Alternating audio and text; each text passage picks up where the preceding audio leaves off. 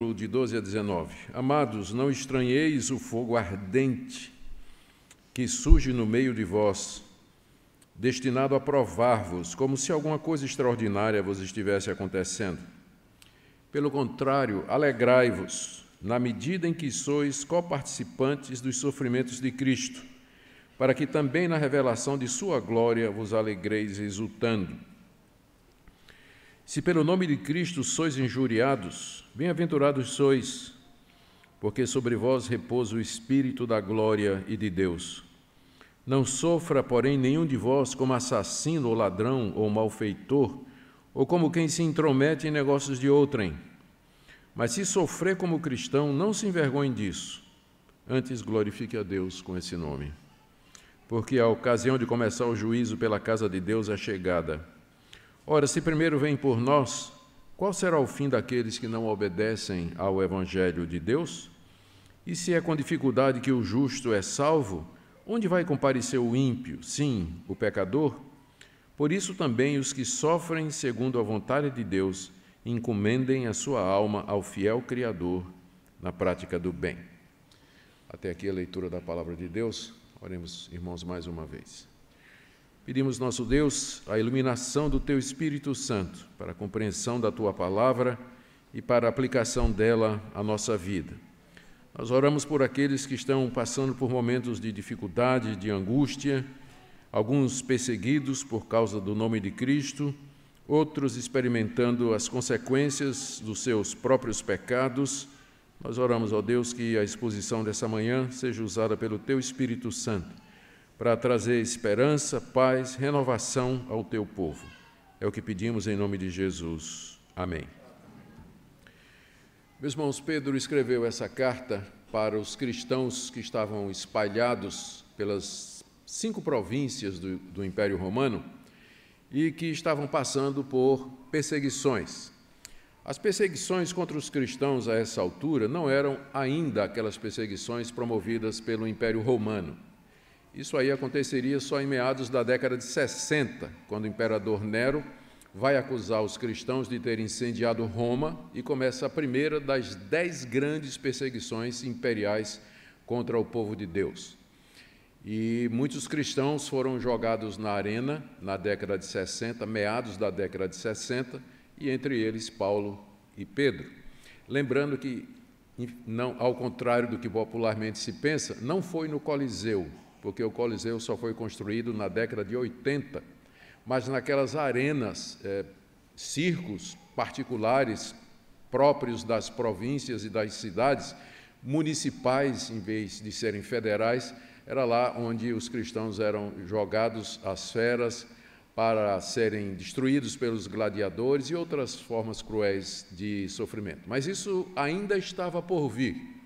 A perseguição, na época aqui em que Pedro escreveu essa carta, era geralmente movida pelos judeus, nós temos exemplos constantes disso no livro de Atos, e pelos próprios gentios que estranhavam muito o estilo de vida dos cristãos. Os cristãos não chamariam César de Senhor, Kyrios, era um título que eles reservavam somente para Jesus. Jesus é quem é o Kyrios, o Senhor. César queria ser chamado por esse nome, todos o chamavam assim, mas os cristãos não. Então, numa situação em que religião e Estado se confundiam, porque a religião que prevalecia era o culto ao imperador, quem não chamasse César de Senhor, também, ou quem se recusasse a adorar César como Deus e não o chamava de Senhor, podia ser visto como inimigo do Estado. Podia ser visto como persona não grata e sujeito às perseguições. Então, os gregos, os povos daquela época, costumavam olhar com suspeita para os cristãos por conta dessa atitude que eles tinham com relação ao imperador. Em segundo lugar, os cristãos também não incorreriam nas festividades, nos costumes dos gentios daquela época. Havia as religiões muito comuns daquela época, chamadas religiões de mistério, ou culto à fertilidade, como, por exemplo, o culto à deusa Afrodite, lá em Corinto, que consistia da prostituição cultual. As sacerdotisas se envolviam com os adoradores na prática da imoralidade para encenar ou reencenar a fecundação da terra e assim por diante. Os cristãos não participariam disso. Os cristãos eram chamados de ateus, porque num lugar onde todo mundo tem muitos deuses, quem crê num só é ateu, não é? Então, em cartas daquela época, tem uma carta no século II de um historiador romano, que, se dirigindo ao imperador contra os cristãos, chama os cristãos de esses ateus que não creem em nossos deuses. Então, veja só, né? A gente chama os outros de ateus e, no começo, a gente é que era ateu. Nós éramos chamados de ateus no princípio. E, além disso, tinha histórias curiosas, né, a respeito dos cristãos. Corria a boca miúda que os cristãos eram antropófagos, comedores de carne humana, porque uma vez por mês eles se trancavam no lugar para comer a carne e beber o sangue de alguém. Era assim que a mente pagã interpretava a celebração da ceia do Senhor e pensavam que os cristãos, de fato, comiam carne humana e bebiam sangue, tomando literalmente as palavras de Jesus: isso é o meu corpo, isso é o meu sangue. Então, num ambiente desse, ser cristão, com certeza, provocava hostilidade. O tipo de perseguição que acontecia aqui é o que a gente chama de perseguição simbólica. Ainda não era uma perseguição física, que incluísse a violência, embora os cristãos estavam sujeitos à investigação da polícia, ter os bens arrestados, serem assediados por enviados do Estado para saberem o que é que eles pensavam sobre o imperador, mas a essa altura a perseguição era mais verbal. Eles eram insultados, caluniados, levantavam mentiras contra os cristãos, faziam-se ameaças, acusações, e tudo isso machucava porque palavras têm um poder extraordinário para destruir a vida de alguém ou abençoar a vida de alguém. Então, os cristãos estavam sofrendo esse tipo de perseguição da parte dos seus patrícios, dos seus vizinhos, dos seus patrões, das pessoas que estavam mais próximas. Pedro, então, escreve essa carta com o objetivo de orientar os cristãos a viver ou viver num ambiente hostil, num ambiente onde eles podiam enfrentar perseguições severas, inclusive a própria morte, como mais tarde, de fato, isso veio a acontecer. Toda a carta é sobre isso, e o trecho que eu escolhi aqui para expor para vocês representa o pensamento geral da carta, e eu creio que é uma perícope, um pedaço da carta que expressa bem o que Pedro quer dizer aqui. Se você entender isso aqui, você vai entender qual a mensagem geral da primeira carta de Pedro aos cristãos. Aqui ele coloca 5 ou 6 orientações sobre como os cristãos deveriam reagir diante das perseguições. Nós não estamos sendo perseguidos tão intensamente hoje como estavam os primeiros leitores dessa carta. Mas existem paralelos e nós podemos fazer aplicações que podem nos ajudar, porque tem alguns princípios que são permanentes, válidos, universais, independentemente da situação em que os cristãos se encontram.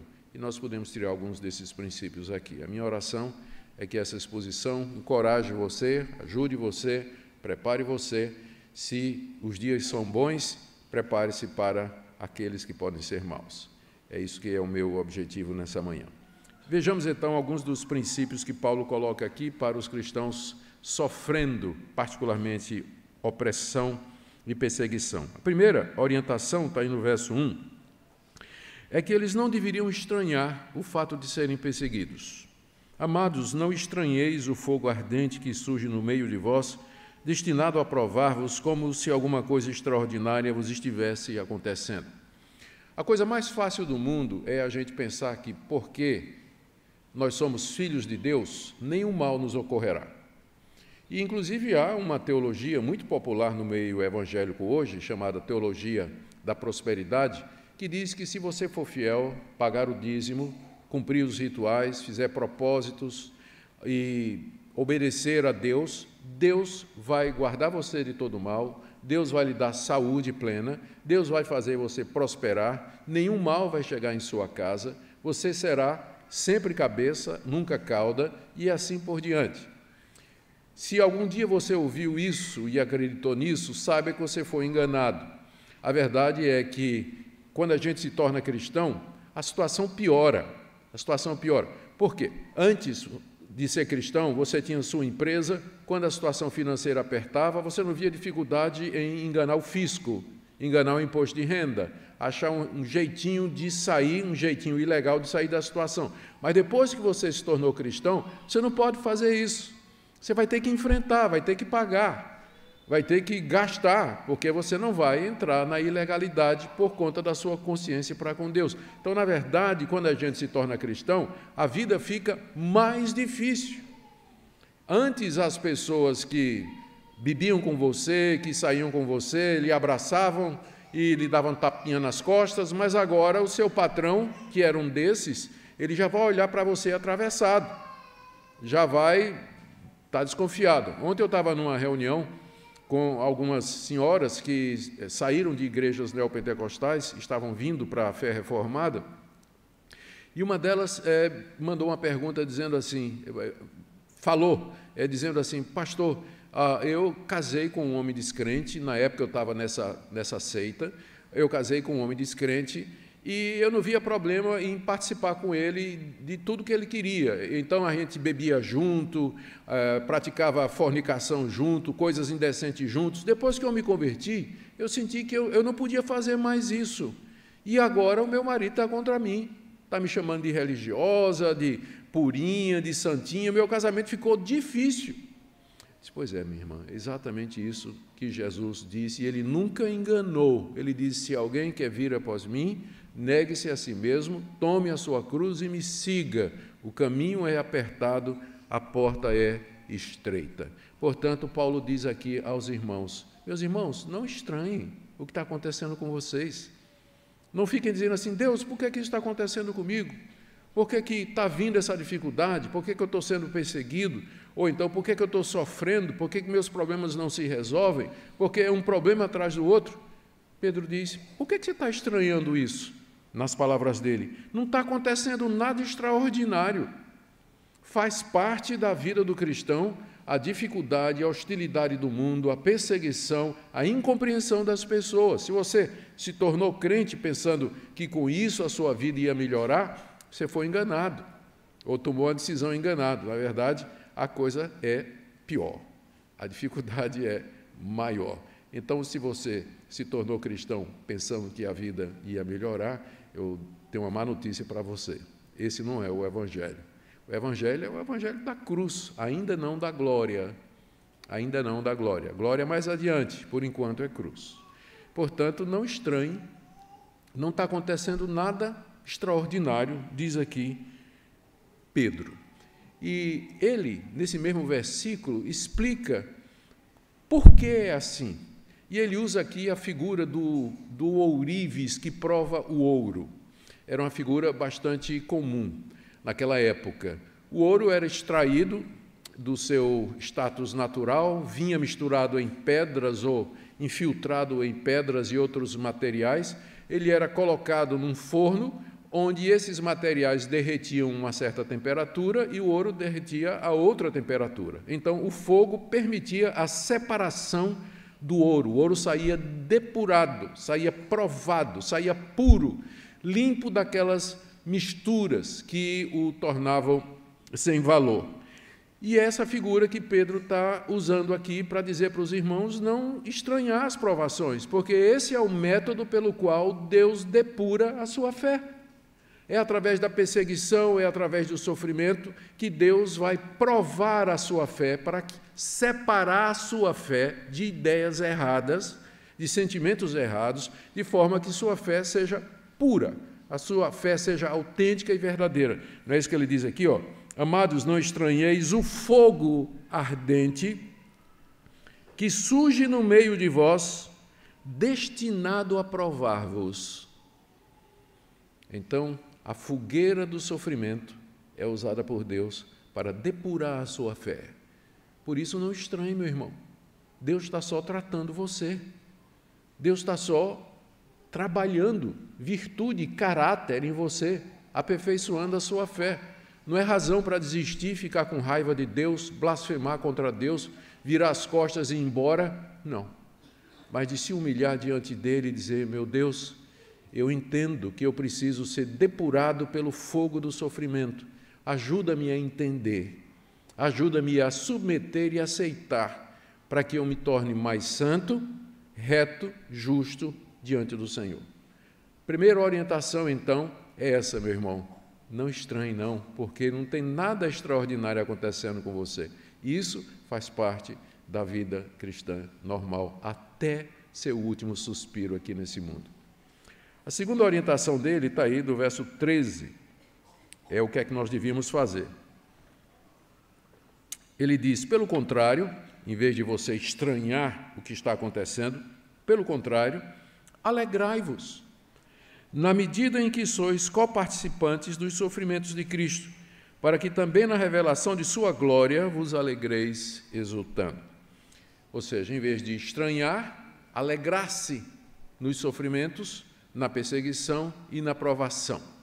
Isso pode parecer um pouco duro e insensível, como se Pedro não compreendesse a dor e o sofrimento dos outros. Que é muito fácil você chegar para alguém que está sofrendo e dizer assim: meu irmão, se alegre. Mas como eu vou me alegrar? Eu estou doente, estou passando dificuldade financeira, estou com problema na família, meu marido não me compreende mais, e todas essas dificuldades, como me alegrar? Existe uma diferença entre você se alegrar nessas coisas e você se alegrar durante essas coisas, que eu acho que é o que a Bíblia recomenda. A Bíblia não proíbe que você grite, que você chore, que você lamente, que você arranque os cabelos, que você, como Jó, diga a Deus: Deus, eu queria nem ter nascido.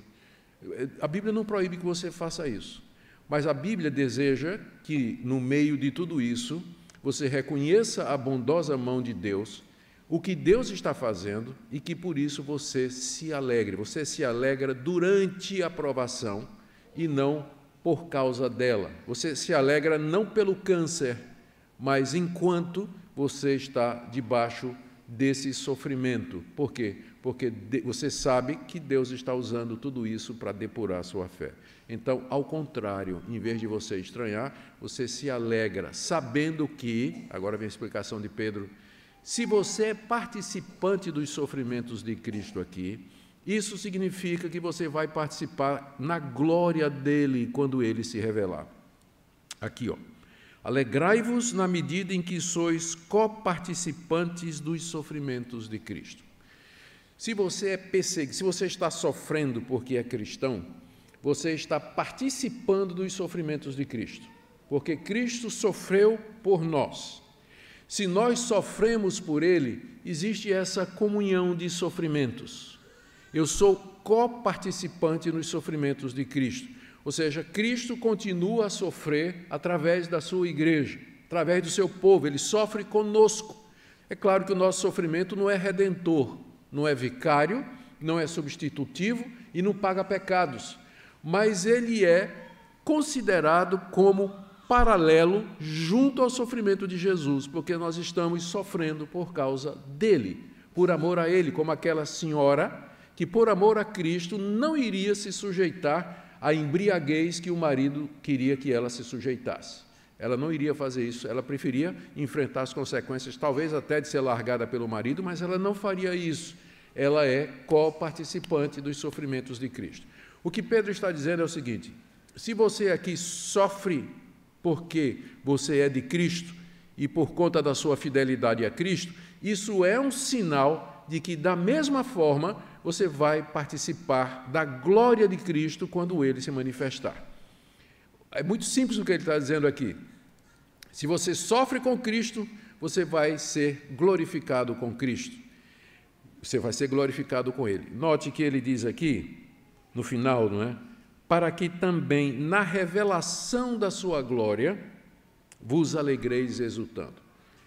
A revelação da glória de Cristo vai ser quando ele voltar. A glória de Cristo, por enquanto, está oculta, senão ele não falaria aqui de uma revelação futura. Por enquanto, a glória de Cristo está oculta. Você não vê Cristo glorificado e o mundo muito menos. E durante um momento de sofrimento, você não consegue enxergar a glória de Cristo nem o poder dele. A sua fé é tentada, a sua fé é provada, você vacila, a sua oração se torna trêmula, sua voz embargada, você não consegue ver a glória de Cristo. Mas um dia essa glória vai ser revelada quando Ele aparecer e todo olho verá, e toda língua confessará que Ele é Senhor para a glória de Deus Pai. Naquele dia, quando Ele criar novos céus e terra e estabelecer definitivamente a nova criação que Ele já iniciou quando veio, você vai se alegrar com Ele. Ele vai dizer, esse aí é meu, esse aí sofreu por mim, esse aí ficou firme até o fim, esse pertence ao reino e à glória, ele vai participar da minha exaltação e da minha glória. Por isso se alegre, meu irmão, porque sofrer por Cristo é sinal de que você é dele, que quando ele vier você vai participar da glória dele. Veja que toda a esperança que a Bíblia dá para nós, todo o consolo que a Bíblia oferece é escatológico. A Bíblia nunca consola o crente dizendo assim, vai ficar tudo bem, a situação vai melhorar, ou então, eu vou te dar isso, vou te dar aquilo, vou tirar isso aqui ou aquilo ali. A Bíblia nunca nos consola com consolos presentes, ela sempre aponta para o futuro. A nossa esperança é futura, a nossa glória é futura, é quando Cristo se revelar que o sofrimento vai terminar e quando nós finalmente iremos entrar na glória, no novo céu e na nova terra, onde não há mais lágrima, onde nós poderemos desfrutar plenamente das bênçãos de Deus. Essa é a segunda orientação que Pedro dá. Primeira, não estranhe. Segunda, se alegre, pensando nos efeitos do que está acontecendo. A terceira está no verso 14, a terceira orientação é que sofrer pelo nome de Cristo é sinal de que você está cheio do Espírito Santo. Se pelo nome de Cristo sois injuriados, bem-aventurados sois, porque sobre vós repousa o Espírito da glória e de Deus. Se sois injuriados, eu disse para vocês no começo que a perseguição era verbal. Os cristãos estavam sendo injuriados, caluniados, mentiras eram levantadas como aquelas que eu falei aqui para vocês, ateus, carnívoros não, canibais e por aí vai. Se vocês estão sendo injuriados pelo nome de Cristo, Pedro diz, isso é um bom sinal, porque enquanto eles falam mal de vocês, Deus fala bem. Se vocês são injuriados, bem-aventurados vocês são. Então, enquanto que o mundo olha para nós e nos vê como miseráveis, malditos, dignos de morte e de todo tipo de crueldade, Deus nos abençoa e diz, vocês são bem-aventurados porque vocês estão sofrendo. Se vocês, pelo nome de Cristo, se vós sois injuriados, bem-aventurados sois. Por quê? Porque isso é sinal de que o Espírito da glória e de Deus repousa sobre vocês. Aqui Pedro está juntando várias figuras. Quando ele diz o Espírito da glória de Deus, ele quer dizer o Espírito do Deus glorioso ou glorioso Espírito de Deus. Ele não está falando de duas coisas diferentes aqui, é uma coisa só. É uma coisa só. E quando ele usa o termo glória, kabod, em hebraico, doxa, em grego, ele está pensando naquelas manifestações do Antigo Testamento da nuvem da glória, a Shekinah. Lembra daquela nuvem que acompanhava os israelitas no deserto, que repousava sobre o tabernáculo, que encheu o templo? Aquela era a nuvem da glória de Deus. E era uma figura do Espírito vindo sobre Cristo. No relato de Lucas do batismo de Jesus, nós lemos que quando Cristo estava sendo batizado, os céus se abriram e o Espírito Santo desceu sobre forma de pomba e repousou sobre ele. Mesmo verbo grego que é usado aqui, sobre vós repousa o Espírito da glória e de Deus. Ou seja, aquele mesmo Espírito que encheu o templo, que estava sobre o tabernáculo, que manifestava a aparição da glória de Deus no Antigo Testamento, que veio sobre Cristo, é o mesmo Espírito que Deus enviou ao seu coração. E se você tem o Espírito da glória de Deus, você vai ser injuriado. Porque Deus não nos deu o espírito desse mundo, mas o Espírito que provém dele, para que saibamos as coisas que nos foram dadas gratuitamente. 1 Coríntios 2, nos diz o apóstolo Paulo. Quando a gente fala, o nosso pastor orou por avivamento durante a oração pastoral. E é uma oração que todos nós devíamos fazer. Quando a gente ora por avivamento, o que é que a gente pede? O que é que a gente tem em mente? Que o Espírito de Deus venha sobre a igreja, renove a igreja, fortaleça os crentes, a igreja se levante, multidões se convertam, crentes frios sejam despertados, a igreja aumente, geralmente é isso, nós sejamos poderosos, fortes, que Deus nos orne com os seus dons. Quando a gente pensa em avivamento, é isso. Só que Pedro está dizendo aqui que se você ficar cheio do Espírito da glória de Deus, você vai ser injuriado. Isso é uma coisa que acontece nos avivamentos e que a gente não pensa muito. Então, cuidado quando você pensar nessas coisas, coloque o elemento perseguição no meio, porque toda vez que a igreja se levantou pujante e poderosa, no curso da sua história, ela foi perseguida, ela foi maltratada, ela foi injuriada, ela foi rejeitada.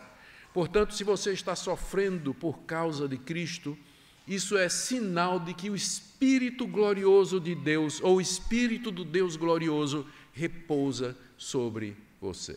Agora, se você consegue ir para a faculdade, ir para o trabalho, ir para o clube, sair para socializar com seus amigos, e eles tratam você como um deles, tudo bem, está tudo ok, eles não veem dificuldade em você, eu acho que você devia olhar um pouquinho para a sua vida, porque nós não somos desse mundo. Estamos nele, mas não pertencemos a ele. Se o mundo vos odeia, disse Jesus, lembre-se que primeiro me odiou a mim. E eles não poderiam amar-nos, eles não poderiam louvar-nos, porque nós temos uma crença, nós temos uma convicção que vai contra tudo aquilo que eles acreditam. Somos pecadores perdidos, eles não creem nisso, eles acham que são bons. Nós dependemos de um Deus para nos salvar, eles não creem nisso, eles são os próprios salvadores. Esse Deus é o nosso Senhor que nos ensina o caminho que devemos seguir, eles não acreditam nisso, eles têm sua própria ética.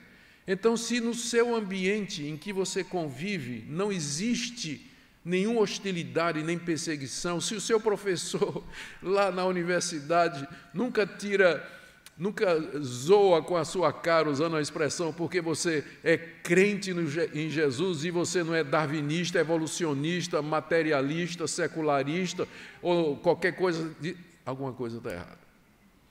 Porque se o Espírito da glória de Deus repousa sobre você, você vai ser injuriado, vai ser caluniado, vai ser perseguido. Em quarto lugar, o apóstolo Pedro faz uma ressalva muito importante a essa altura. Ele diz aqui, eu estou falando de sofrimentos por causa de Cristo. Por causa de Cristo. Veja o que ele diz aqui no verso 15. Não sofra, porém, nenhum de vós como assassino, ladrão ou malfeitor, ou como quem se intromete em negócios de outrem. Mas se sofrer como cristão, não se envergonhe disso, antes glorifique a Deus com esse nome. Olha aqui a ressalva que Pedro está fazendo. Ele está dizendo, meus irmãos, tudo isso que eu estou falando é se você está sofrendo por causa de Cristo. Se você está sofrendo porque você é assassino, ladrão, malfeitor, o que eu estou dizendo não se aplica a você, não. Não vá dizer que você está sofrendo por Cristo. Eu me lembro uma vez do meu... acho que foi meu último pastorado aqui na primeira igreja. Uma vez um membro me procurou e ele disse assim, pastor, eu queria que o senhor orasse por mim, porque eu fui demitido. Fui demitido. Ele disse, mas você não trabalha na empresa de fulano de tal, que também é membro aqui da igreja, e ele não é crente? Disse, é, pastor, mas ele não gosta de crente, não, porque ele me demitiu. Fulano demitiu, você demitiu. Tá. Terminada aquela conversa, eu liguei para o empresário. Disse, rapaz, tu demitiste fulano de tal, membro da nossa igreja, nosso irmão em Cristo. Ele disse, pastor, era o pior empregado que eu tinha. Ele chegava atrasado, não cumpria as tarefas. Ele passava o tempo de trabalho querendo converter todo mundo, causando confusão e polêmica dentro da empresa. Ele tirava tempo para ficar lendo os livros evangélicos dele, assistindo os vídeos evangélicos, tudo. Era o pior empregado que eu tinha, pastor. Eu tive que demiti-lo. Quer dizer, aí o cara foi no meu gabinete dizer que tinha sido demitido por causa de Cristo. Não é? Próxima vez que eu encontrei com ele, eu disse: você não foi demitido por causa de Cristo, você foi demitido porque você era um péssimo empregado. Então, não confunda os sofrimentos que você está fazendo pelas decisões erradas que você tomou, pelas consequências dos pecados que você cometeu, por conta das más companhias com quem você anda, e depois vem se lamentar dizendo que está sofrendo porque é crente. Não faça isso. Não faça isso. Aqui, essa tríade que Pedro coloca aqui, assassino, ladrão, malfeitor, eram crimes categorizados na legislação romana e eram passíveis desde prisão e chicoteadas até a morte. Até a morte. Era possível disso. Então, se você está sofrendo porque você matou alguém, porque você roubou alguém, ou porque você cometeu algum mal feito, não confunda isso com perseguição por causa de Cristo. Aí você com certeza está dizendo assim: pastor, eu me livrei, porque eu não sou assassino, não sou ladrão e não sou malfeitor. Mas lê o resto do versículo. Ou como quem se mete na vida dos outros. Pense num povinho metido, é o evangélico. Ele tem opinião sobre tudo. Vá nas redes sociais, em tudo ele mete o nariz, tudo ele critica, tudo ele tem uma opinião. E aí, quando os haters vão em cima, né, o pessoal na rede social começa a atacar, ele está dizendo: estou sofrendo por Jesus. Está não, está sofrendo porque tem a língua comprida, porque fala demais, porque não sabe se expressar com gentileza e educação, porque ataca os outros. Aí depois vem dizer que está sofrendo por conta de Cristo, está defendendo Cristo nas redes sociais. Tá, não, está provocando briga, polêmica e outras coisas. Mas, pastor, então o que é que eu faço? Bem, se seu sofrimento que você está passando é por conta de alguma decisão errada que você tomou, algum pecado que você cometeu, o caminho é você chegar-se a Deus, confessar o seu pecado, pedir perdão a Ele, emendar os seus caminhos, limpar a bagunça que você fez, pedir perdão a quem você tem de pedir, restituir o que você tem que restituir e se reconciliar assim plenamente com Deus. Aí sim, esse versículo vai começar a valer para você. Mas enquanto você está nesse estado de pecado, sofrendo as consequências disso, não é disso aqui que Pedro está falando. Pedro está falando de quem está sofrendo por conta de Cristo ou por conta de sofrimentos que são independentes da nossa decisão. A pandemia veio e você teve que fechar a sua empresa. Então, isso aí não foi por Cristo, mas também não foi por algum pecado seu, foi para um fator externo à sua vontade. Então, nesse caso, você pode aplicar esses princípios aqui. Mas se é porque você cometeu essas coisas, então você tem que pedir o perdão de Deus. E, verso 16, se sofrer como cristão, não se envergonhe disso. Tem situações que a pessoa está sofrendo porque é crente e tem vergonha disso. A menina na universidade, 16 anos de idade, ou na escola, 16 anos de idade, os amigos chegam em tudo, mas tu ainda é virgem. E a menina fica com vergonha de ser virgem, a menina crente fica com vergonha de ser virgem no meio lá das colegas onde não tem mais nenhuma virgem. E ela fica com vergonha. Não se envergonhe não, minha irmã. Deixa que eles falem. Deixa que zombem, que escarneçam de você, porque você crê que Deus criou o mundo em 6 dias. Não fique com vergonha disso não, quando o professor começar a zombar de você na sala de aula. Ou seus companheiros lá de trabalho começarem a rir de você, insultar você, porque você não vai participar dos excessos que eles participam. Então, se você sofre como cristão, não se envergonhe, antes glorifique a Deus com esse nome. Diga assim: Deus, que privilégio sofrer pelo teu nome. Que privilégio sofrer pelo nome de Cristo. Me fortalece, me dá graça para que eu não desfaleça, mas para que eu permaneça firme no meio de tudo isso. Vamos agora para a quinta orientação. Está aí no verso 17 e 18. E é essa daqui, que Deus começa o julgamento primeiro pela sua igreja. Verso 17: a ocasião de começar o juízo pela casa de Deus é chegada. Ora, se primeiro vem por nós, qual será o fim daqueles que não obedecem ao Evangelho de Deus? E se é com dificuldade que o justo é salvo, onde vai comparecer o ímpio, sim, o pecador? Eu vou contar uma história que talvez alguns de vocês já me ouviram contar, mas que eu acho a melhor ilustração para esse versículo aqui. No meu primeiro ano de seminário, Seminário Presbiteriano do Norte, aqui, o reitor do seminário, que por sinal era meu sogro, ele dia passou por mim lá no seminário e disse, no meu escritório, eu gelei. Era meu sogro, era o diretor do seminário, era o meu primeiro ano namorando a Minca e o meu primeiro ano de estudo lá, eu era calouro. E ele me chamou. E ele tinha fama de ser duro na queda, reverendo Francisco Leonardo. Marcou gerações de pastores. Lá vou eu, tremendo. Entrei, aí ele conversou comigo um tempo e apontou para a parede assim e disse, você consegue ler o que está escrito naquele quadro? Era um quadrinho do tamanho de um celular, mais ou menos, emoldurado, madeira. Aí eu disse, eu sou alto, né? E estava lá embaixo, no rodapé da parede. Aí, a única forma que eu tinha de ler aquele quadro era se eu me ajoelhasse. Então, eu fiquei de joelhos para ler o quadro. E no quadro estava escrito, não eu, e o do eu, era as costas de um homem arrogante assim, mas Cristo, e o C de Cristo, eram as costas de um homem encurvado diante de Deus. Quando eu estava lendo, ele veio por trás, colocou as mãos sobre a minha cabeça e disse, oh Deus, abençoa esse menino. Não permita que ele seja arrogante, vaidoso, mas livra ele da prepotência e de pensar que ele é alguma coisa. Eu me levantei e ele me disse, meu filho, eu lhe chamei aqui para lhe dizer uma coisa.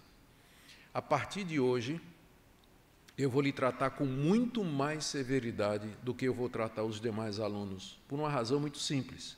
Você é meu genro. E se eu tratar você de alguma forma mais suave, eu vou ser acusado de que eu estou fazendo predileção por conta de família. Então, eu não posso me expor a isso, nem expor o seminário a isso. Eu quero dizer que, a partir de hoje, sua vida vai ser um inferno aqui. Eu vou tratar você com muito mais dureza do que eu trato os demais seminaristas. E, gente, foram 4 anos de bronca. Pense no sofrimento. Não tinha quartel com o reverendo Francisco, era dureza. Eu não podia cuspir para o lado errado que ele vinha em cima de mim. Foi assim 4 anos. E eu queria casar cedo. Ele disse, não, só quando terminar o curso, aí você pode casar.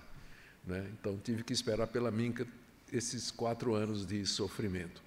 É isso que Deus, através de Pedro, está dizendo aqui, ó. A ocasião de começar o juízo pela casa de Deus é chegada. Ora, se primeiro vem por nós, o juízo, sabe por onde vai começar? Com os crentes. Quem vocês acham que Deus vai julgar primeiro? Os ímpios? Não.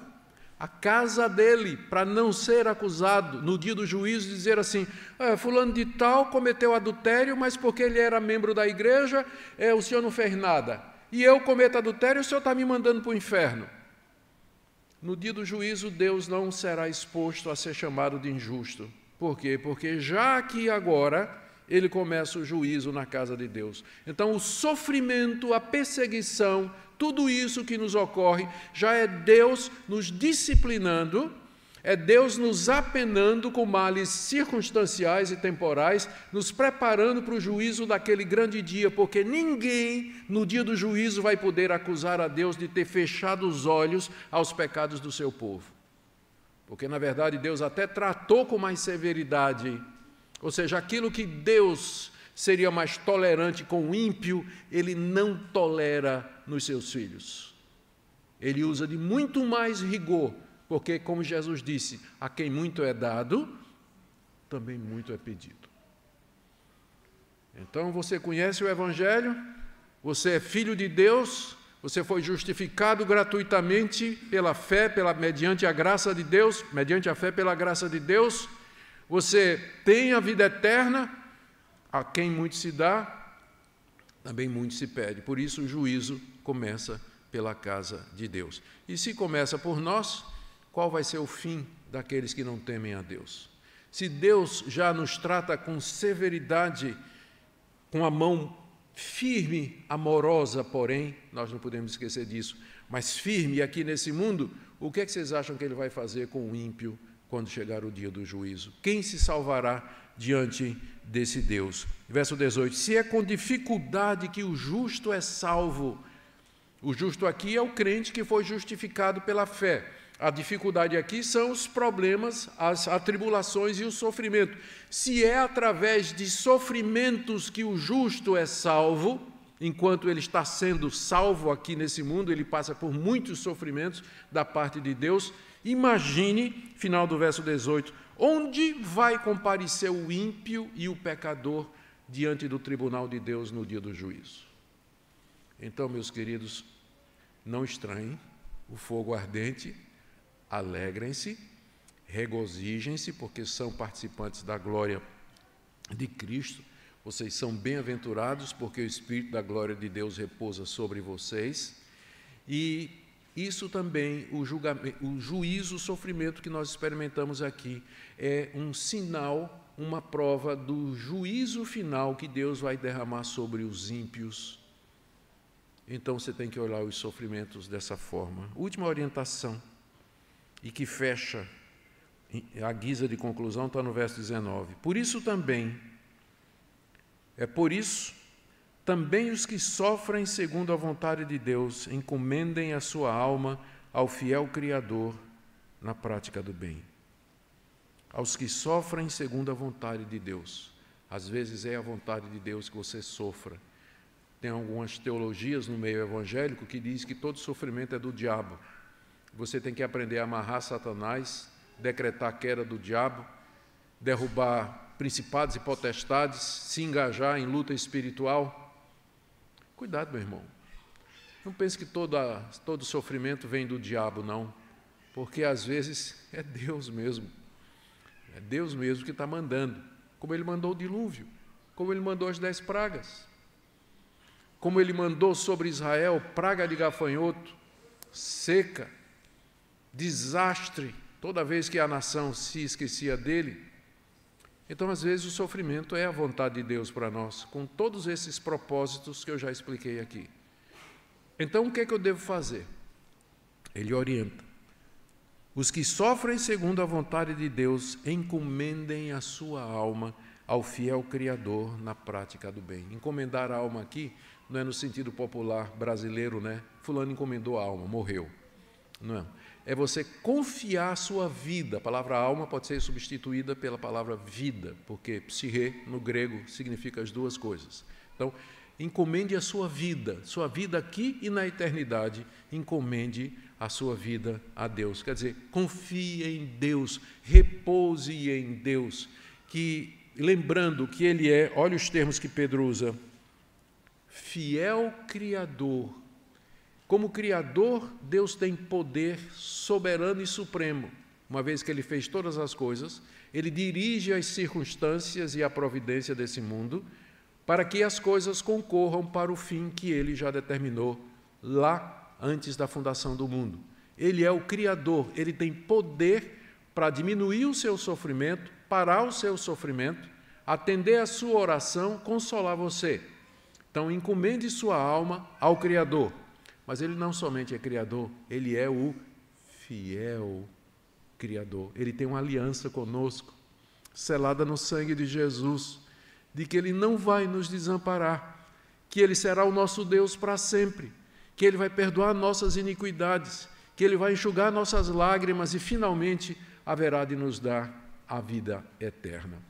Ele é o fiel Criador dos crentes. Por isso, encomende a sua vida a Ele no meio da perseguição, no meio da dor, no meio da doença, no meio da falta, no meio da opressão, seja lá o que for, a solução sempre é essa, encomendar a sua vida nas mãos daquele que é o Todo-Poderoso e fiel Senhor. Queridos, eu quero concluir aqui, então, com essas palavras, fazendo algumas aplicações para nós aqui. Em primeiro lugar, eu queria trazer uma palavra para você que está sendo perseguido e sofrendo porque é cristão. Tudo isso aqui são orientações sobre como você deve enfrentar esse sofrimento. Você está sofrendo por amor de Cristo, louve a Deus por isso, se submeta a Ele, não estranhe. Isso não quer dizer que Deus não te ama, mas que Ele está aperfeiçoando você através do fogo do sofrimento. Talvez tenha alguém aqui que esteja sofrendo como resultado de decisões erradas que tomou. Está colhendo o que plantou. Isso não quer dizer que Deus não possa atender o seu pedido de perdão, conceder a sua graça, renovar a sua vida, levantar você e botar você de volta no caminho. Para isso você precisa arrependimento, confiança em Jesus e restituição e reparação de tudo que você fez. E por último, pode ser que tenhamos aqui hoje pessoas que estão vivendo um período abençoado, não estão sofrendo, estão bem, as coisas vão boas, saúde vai bem, dê graças a Deus, louve a Deus por isso, porque o nosso Deus, Ele também nos dá tempos de refrigério da presença dEle, para que nós possamos suportar, senão fica muito, fogo o tempo todo, não tem quem aguente, mas Deus dá a sua graça para que a gente possa suportar. Se você está vivendo um período assim, louve a Deus por isso, mas não se esqueça, é temporário, ali na curva, a aprovação está lhe esperando, porque é assim que é o normal da vida cristã. E por último, oremos pela nossa pátria. Por enquanto, ainda temos liberdade para nos reunir livremente e proclamar o nome do Senhor nosso Deus, mas poderá chegar o dia em que isso não vai ser permitido. E aí você vai lembrar que um dia você ouviu um sermão a respeito disso. Amém? Vamos orar. Pai querido, nós pedimos a Tua graça. Obrigado pela Tua palavra que sonda os nossos corações. Te damos graças pelas promessas, na revelação da glória do Senhor Jesus. Pedimos perdão quando nós reclamamos, ficamos chateados, até falamos mal do Senhor, reclamamos dos fatos. Nos ajuda, Senhor, a vivermos contentes e saber que todas as coisas cooperam para o bem daqueles que te amam. Abençoa teu povo aqui reunido, a tua igreja espalhada por esse país. Oramos pelos governantes para que nós tenhamos, ó Deus, condições de ganhar o nosso pão e de pregar a tua palavra sem impedimento. Ouve a nossa oração. Em nome de Jesus. Amém.